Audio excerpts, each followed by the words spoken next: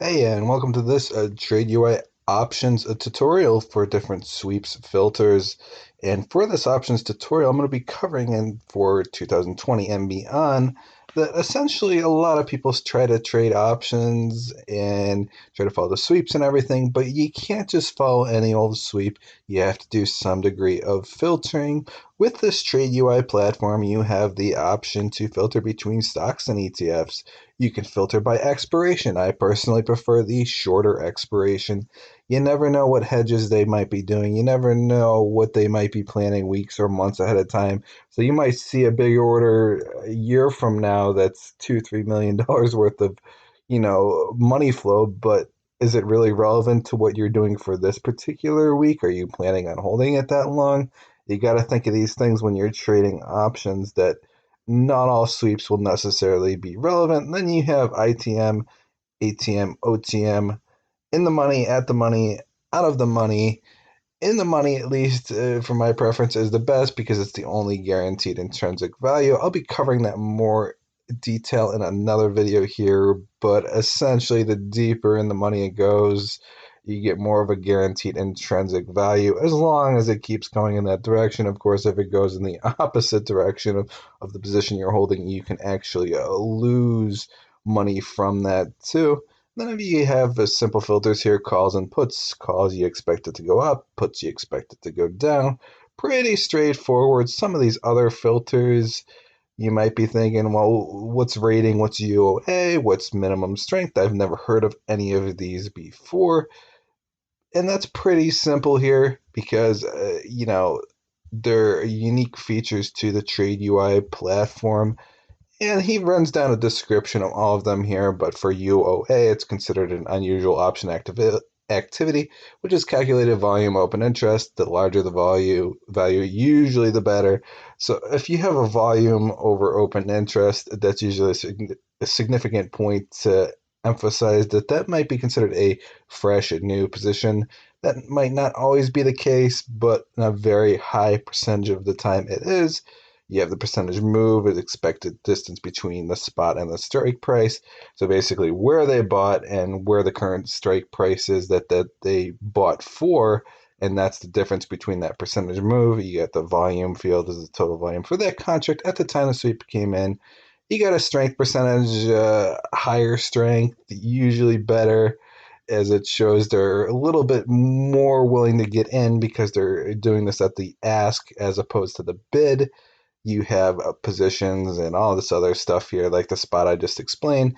You have the number of contracts. Number of contracts I explained in the other video, but a contract is the equivalent of 100 shares of interest per each contract, and sweep quantity and different color coding I've already covered as well in the other video. But you can check all this out right here on the TradeUI platform at any time if you forget what any of them mean. Of course, another way you can filter by the last minutes. So let's say you were coming in at 2 p.m. and you wanted to just only filter for the last hour. You can do that with the TradeUI platform. Now, if you want to follow the unusual flow, you have the voice alerts here on the right. So you can actually set that up and tune that in so that when a voice alert comes in, you can hear it right there. And then, of course, you have the call flow, put flow rating, bullish sentiment, bearish sentiment, depending on the ticker. Of course, if you want to do just select tickers, you can type them right there. Pretty straightforward. And you can filter it by how big of an order if you want, based on the price sizing. And, minimum order, maximum. So if you don't want to really look at a sweep that's like $5,000 worth, that's not a big sweep. I personally prefer over like 300 to 400,000 to show any kind of significance. But of course, you never know. A lot of 20 to 30K orders could come in all at once. And that's just how it is. Of course, you can filter by a list view, you can filter by a compact view, and you can filter by a full view. I'll do a quick video on that if you guys would like as well, but I'll show it right here just now, just as a quick reference. I'm not going to go into too many details. There's only so much to say about it. That this is the list view here. As you can see, it's more of a listed view here. of just the sweep and when it came in and what the value of that is and how much open interest and volume and things like that. Then, of course, you have just a more compact view if you're just looking for like a quick reference of to see if maybe a given ticker of yours got any kind of options flow. This just shows just more of a broad range with the different filters. And then you have a more full view, pretty straightforward here. Just more filters that you can look through. And when it filled, price, bid, mid, ask, contracts volume, open interest, sweep quantity, and the type and the rough idea of the sentiment. You can switch by the rows as well if you want. A lot of different rows. You maybe want to maximize it or minimize it. It really depends on your preference personally. And of course, if you're getting multiple pages, you're probably not filtering enough. So if, let's say, I just do a Fridays here,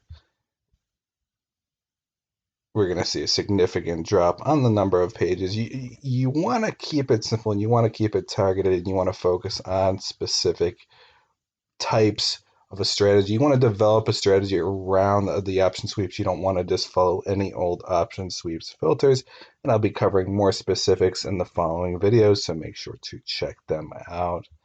Thanks for listening in. I think that covers about all the different option sweep filters I wanted to cover in this video and just a kind of a rough idea of the importance of them. If you have any questions, feel free to ask. Thanks for listening in and have a great day.